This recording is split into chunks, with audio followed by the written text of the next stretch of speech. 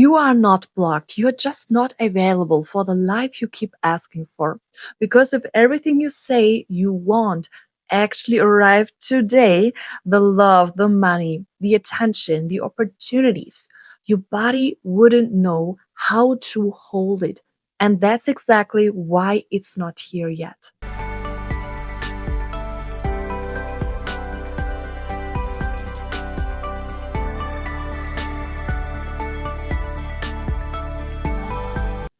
Hello and welcome to Soul Was Balance. Let's talk about something that might completely shift how you see manifestation. Because most women are doing everything right. They're doing the journaling, visualization, affirming, working on their mindset. And still, nothing really changes, or it changes for a moment and then it disappears again. And that creates the quiet frustration of, I know I'm meant for more, so why is it not happening? And here's the truth: you don't struggle with manifesting, you struggle with being the woman who can sustain what you desire. And manifestation has been reduced to something very mental. Changing your thoughts, shift your beliefs, and focus on the positive. And yes, that can open doors because it's very, very important. But it doesn't create stability because your mind can say, I'm ready for more, while your body is saying, this is not safe. And when those two are in conflict, your body always wins every time. That's why you can know your worth, but still accept less. Or you want healthy love, but still feel disconnected when you get it, and desire more money, but feel overwhelmed when it actually comes in because your system is not calibrated for having. So let's talk about something most people avoid. It's not receiving that's hard. Yes, it's also a challenge for most women who are living in their wounded feminine energy because receiving is healthy feminine energy. The biggest issue is having, because having creates exposure. And if you have love, you can lose it. And if you have money, you can mess it up. And if you are visible, you can be judged by others. And this is very scary. So your body associates more equals risk. And without realizing it, you stay in a space where you want more. You move toward more, but never fully land in more because your system pulls back to what feels manageable, to what feels known, even when it's less than what you desire. And this is where it gets real because most of this doesn't look like self sabotage. It looks normal.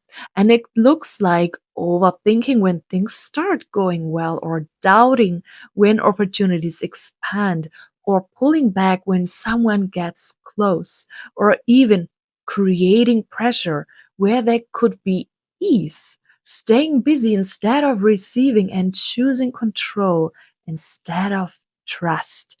And the tricky part here, you don't experience this as fear, you experience it as, this just doesn't feel right. But what you're actually feeling is unfamiliarity. Your life is not just a result of your actions, it's a reflection of your identity, who you believe you are, and what your body feels safe experiencing. So, if your identity is still rooted in, I have to work hard for everything, I'm the one who gives more than I receive, or I can't fully trust what I have, then even if things change externally, you will recreate the same patterns internally because identity always wins over intention. And that's why you can't just manifest a new life. You have to become a different woman inside of it. And this is where somatic work comes in. Somatic comes from the Greek word soma, which means body. So it's body work, everything that is associated with the body, like yoga, all kind of movements, dance, breath work. So I want to make this very real and not abstract. So somatic work is not just feeling your feelings. It's training your body to stay when you want to run, or open when you want to close, or relax when you want to control. So, for example, you receive a message from a man you like, and instead of spiraling into overthinking, you stay grounded, or you get paid more than usual, and instead of tightening or stressing out, you stay open. You feel yourself expanding, and instead of shrinking back, you breathe and stay present.